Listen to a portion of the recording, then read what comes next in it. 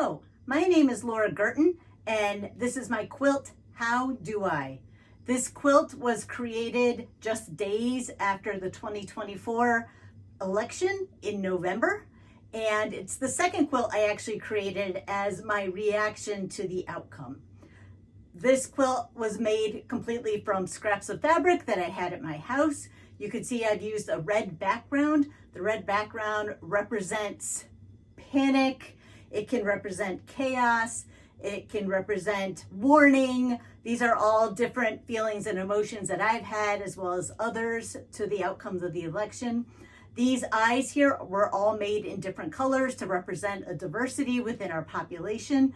And the eyes are all crying. These are not tears going into a river, but tears going into an ocean of chaos, which is some of the fear that people have as we are moving forward.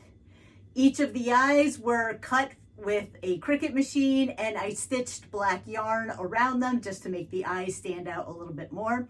But the title, How Do I, for moving forward, is really a reflection upon my role as a college instructor.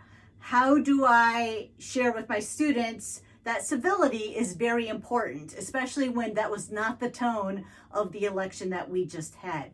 How do I tell my students that climate change is really happening and it is really a threat to human populations when climate change is going to be disappearing from so many websites and so many conversations and will be discounted?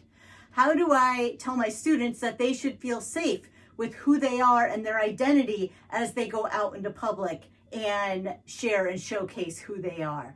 How do I tell my students that data-informed decision-making is so important, and it is what we rely on when we make decisions about topics such as sustainability, such as renewable energy, and so on and so forth. So these were just some of the items I was working on processing post-election, and I decided to put these feelings and emotions into this quilt. Again, the title of the quilt is How Do I? And my name is Laura Guertin, recording from Media, Pennsylvania.